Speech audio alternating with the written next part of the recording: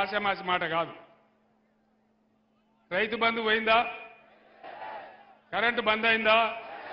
కోతలు వచ్చినాయా? వడ్లు కొంటున్నారా?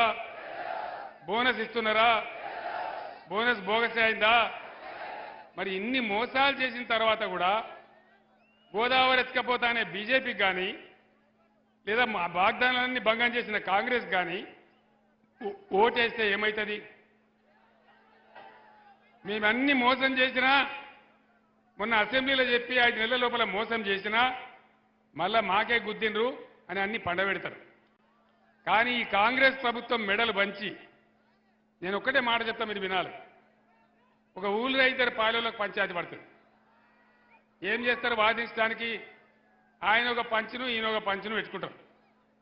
ఇలా తెలంగాణ ప్రజలకు కాంగ్రెస్ పార్టీకి పంచాయతీ పడ్డది. మరి తెలంగాణ ప్రజల తరఫున కొట్లాడే పంచి ఎవరు? ఎవరు? నేనా?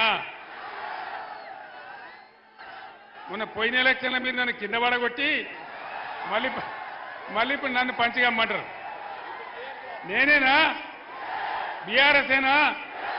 కొట్లాడదామా? యుద్ధం చేద్దామా? గోదావరిని కాపాడుకుందామా? కృష్ణా కాపాడుకుందామా?